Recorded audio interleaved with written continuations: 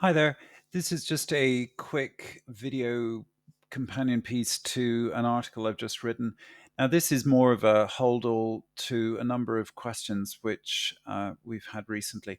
So, the first one is the question about cheap solicitors. Well, the answer is solicitors are paid by the hour, and generally, uh, cheap solicitors either assume their time is worth less or they spend less time per case. But ultimately, with conveyancing, there's two parts really. One is the administration, and the other is the communication with clients and other parties involved in the whole process, which, as you know, is fairly complex.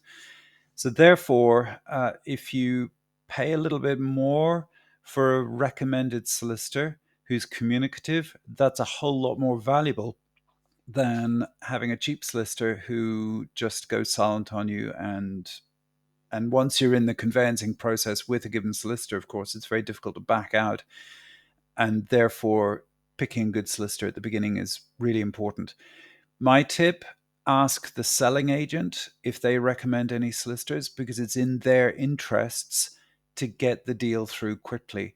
And therefore, they'll pick solicitors who they're confident will process the case fast. The next thing is my opinion on Gatehouse Bank. I go into it in some detail, but the answer is uh, it's a very good bank if you have specific circumstances. But from what I've seen and talking to various people in the industry and so on, my anecdotal opinion is that they make they're very quick to make good headline offers, low interest rates, very high loan to value, things like that. They're very quick on offering agreement in principles and or decision in principles. But the problem is that they're very aggressive on risk management. So, in other words, they are beyond meticulous with documentation and assessment of property, which then knocks out lots of property deals as they go through the process, which then means just widespread disruption for everyone involved with that given bank and the mortgage that's dependent upon them. So, unless you have particular reasons for using them, I would say avoid Gatehouse. The next thing is cooling market and uh, within Manchester. And overall, yes, it's cooling. It's cooling in the UK as a whole. But on the bottom end of the market, the first time buyer and buy to let market, it's still intensely competitive.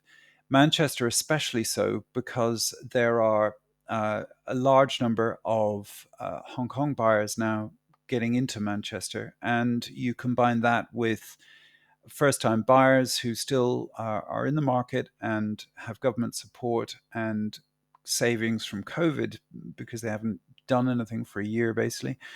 And these people are still competing for property. So good properties go literally in days. And we see this all the time. The next thing is my final points, which are the market's still very hot. If you're making five offers, you might get one property. Uh, there's also a question about offering above the asking price. If you're an investor, unfortunately, that's kind of what you have to do because there's a natural antagonism towards investors, and therefore, to overcome that, you either have to be lucky, like the seller doesn't really care, or you have to bid higher on terms which are that offer a lot of assurance to the selling agent, i.e., low loan to value and from a bank that is known and have all your documents and so on up together and so on.